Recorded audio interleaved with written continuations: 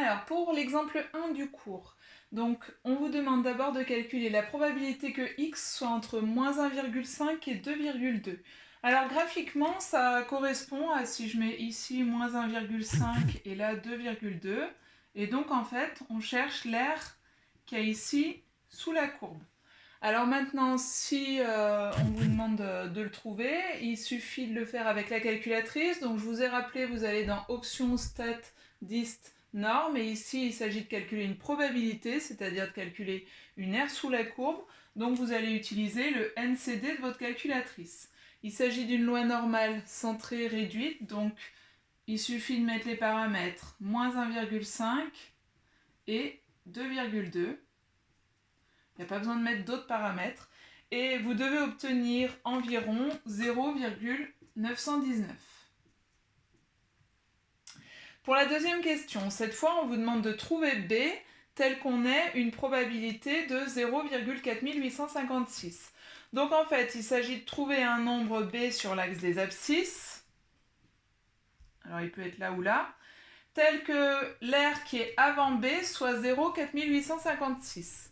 Alors déjà, sans avoir fait le calcul à la calculatrice, on peut décider de est-ce que B va être négatif ou positif. Pourquoi ? En fait, on a ici une densité de probabilité, donc par définition, parce qu'on avait vu sur les densités de probabilité, on sait que l'intégrale sur tout l'intervalle de définition, c'est-à-dire l'aire sous la courbe, vaut 1 en entier. Donc l'aire tout en entier sous cette courbe vaut 1. Et par symétrie, ça veut dire qu'on a 0,5 de chaque côté.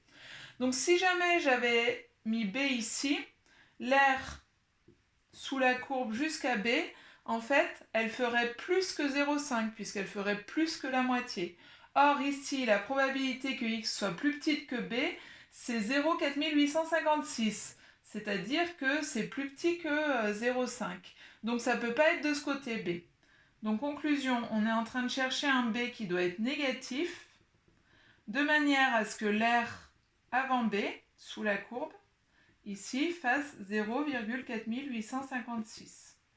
Et donc ce B, on va le trouver toujours pareil avec la calculatrice, donc ça n'a pas de raison d'apparaître sur votre copie, mais ici, c'est le inv norme qui s'applique, et on va lui mettre 0,4856. Là encore, je ne mets pas d'autres paramètres derrière, puisque c'est une loi normale centrée réduite. Et on doit trouver la valeur de B, donc on n'écrit pas ici environ égal, on écrit qu'on obtient B environ égal à moins 0,036.